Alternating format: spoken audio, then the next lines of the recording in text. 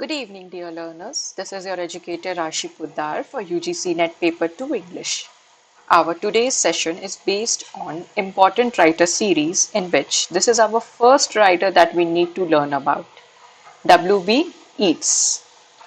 Now, in the previous year papers, we have seen a trend that UGC NET sets for us is that कि वो writers के around questions पूछते हैं. The important point to note here is that कि कैसे पूछते हैं. पहले हमें पढ़ने से पहले हमें ये जरूर देख लेना चाहिए कि किस तरह से क्वेश्चंस पूछते हैं ताकि we can learn according to that. The points that we need to remember about the writers are कि उनका सबसे पहले आप date of birth याद रखोगे कि कब उनका birth हुआ है, क्योंकि writers को वो chronology में set करने देते हैं according to their date of birth. After that, इनके poems या अगर राइटर हमारा नॉवेलिस्ट है तो उनके नॉवेल से W.B. Yeats को we know as more as a poet, तो इनके पोएम्स से क्वेश्चंस बनते हैं. पोएम्स का पब्लिकेशन डेट तो पूछता है. Apart from that quotations question भी पूछे जाते हैं. कोटेशंस वाले क्वेश्चंस भी यहाँ से बनते हैं. इसके अलावा आप राइटर्स का ओरिजिन याद रखना है. कोई राइटर अगर बहुत फेमस है, उनको नोबेल प्राइज मिला है, तब उनका ओरिजिन आपको याद रखना जरूरी है, क्योंकि ये ओरिजिन जनरली उन्हीं राइटर्स का पूछते हैं और इनके वर्क्स का क्रोनोलॉजी जिसके लिए आपको पब्लिकेशन डेट याद होना चाहिए. अंडरस्टूड? ये सारी चीजें आपको ध्यान में रख के अपना आगे कवर करना है राइटर्स को कि इतने पॉइंट्स तो उनके कवर करने ही करने हैं. So these are the type of questions that generally form on the writers. Without any delay, let's start our today's session. आज हम लोग जो writer देखने जा रहे हैं, it is a very major figure in our history. That is W.B. Yeats. W.B. Yeats was born in Dublin in 1865 Ireland. तो इनका origin हो गया Irish. He is an Irish poet. ये सबसे important और पहला क्वेश्चन जो नेट में बना हुआ भी है आपका. He died in 1939 and he is famous as an Irish poet. He is a major figure of our 20th century.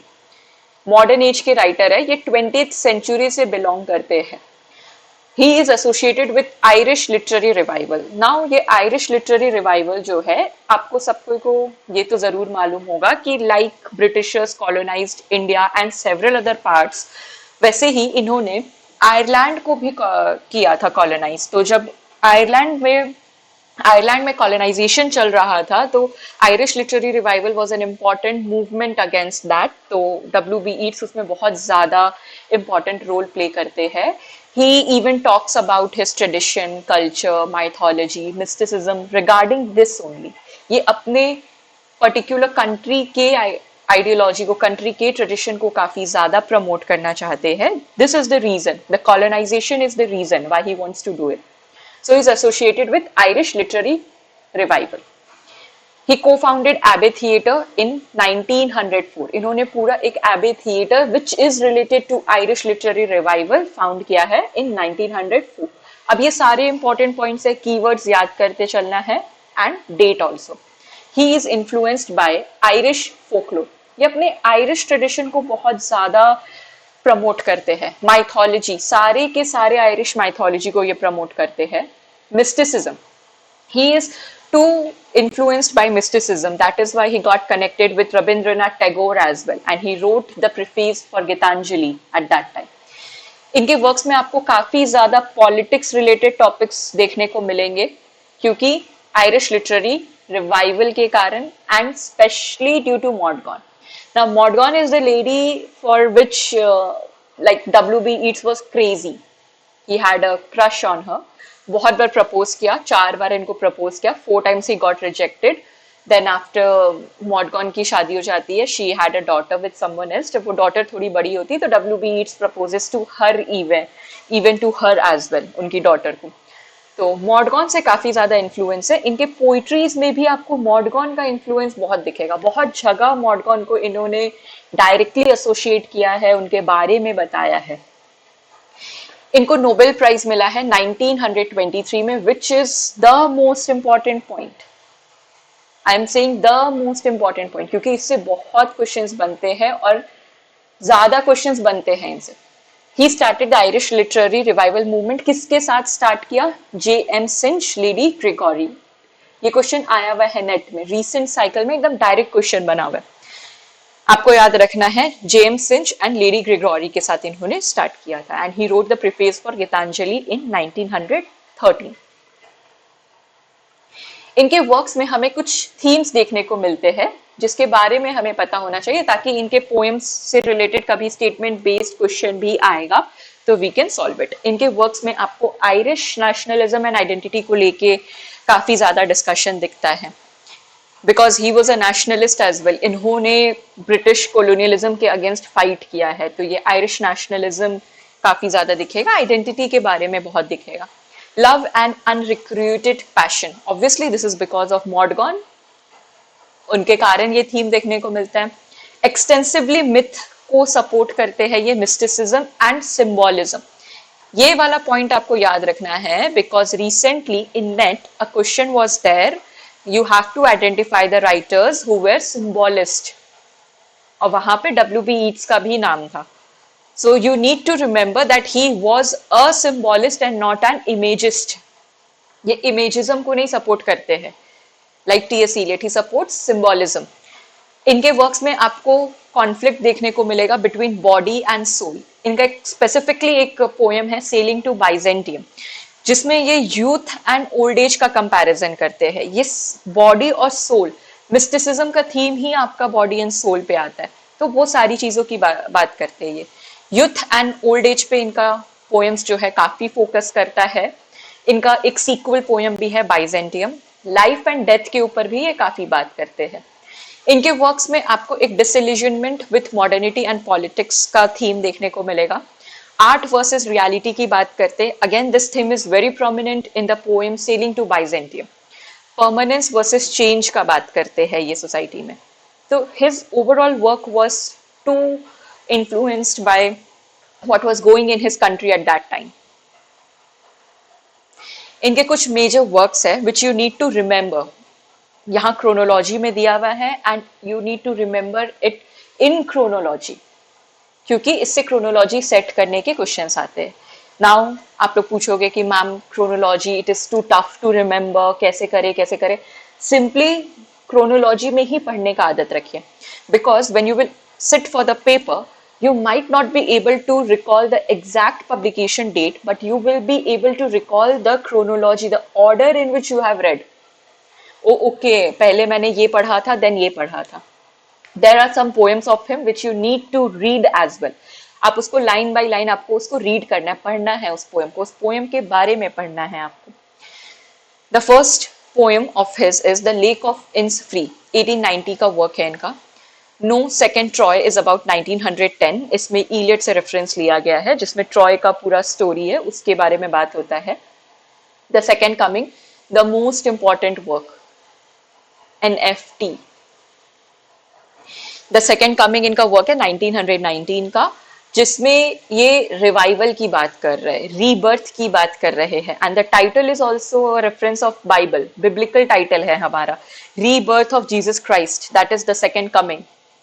The Wild Swan at Cooley, this is an important work. Easter 1916 is again the most important work. ये Easter rising के बारे में बात कर रहे हैं. Easter rising हुआ था 1960 में आयरलैंड में, उसके बारे में ये बात कर रहे हैं. It is a movement that happened, Easter Rising. 1921 का इनका ये पोएम है. You need to read this NFT poems. Leda and the swan 1924.